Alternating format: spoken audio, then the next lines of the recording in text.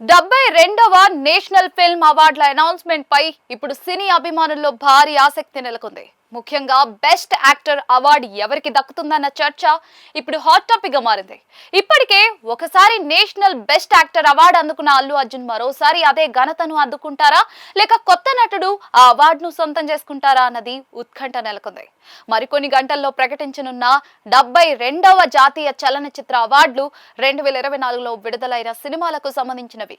ఇందులో best actor segment అత్యంత ఆసక్తికరంగా మారింది.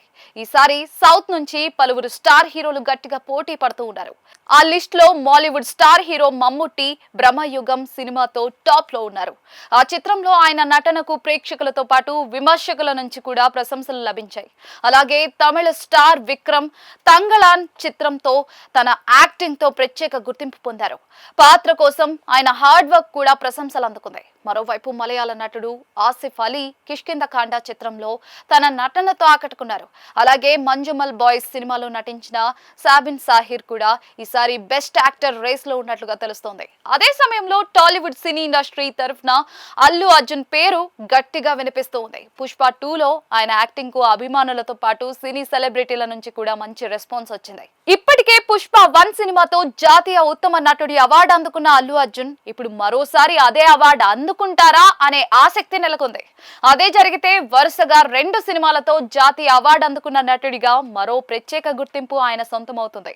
అయితే ఈసారి పోటీ మాత్రం చాలా గట్టిగానే కనిపిస్తుంది. మమ్ముట్టి, విక్రమ్, ఆసిఫ్ అలీ, సాబిన్ సాహిర్ వంటి నటులు తమ తమ సినిమాల్లో అద్భుతమైన యాక్టింగ్ తో అదరగొట్టడంతో విజేత ఎవరనే విషయంపై ఇప్పటి వరకు క్లారిటీ లేదు.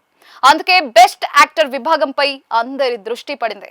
వాస్తవానికి నేషనల్ ఫిల్మ్ అవార్డులు ఎప్పుడు కూడా యాక్టింగ్ కు అత్యున్నత గుర్తింపుగా భావిస్తారు.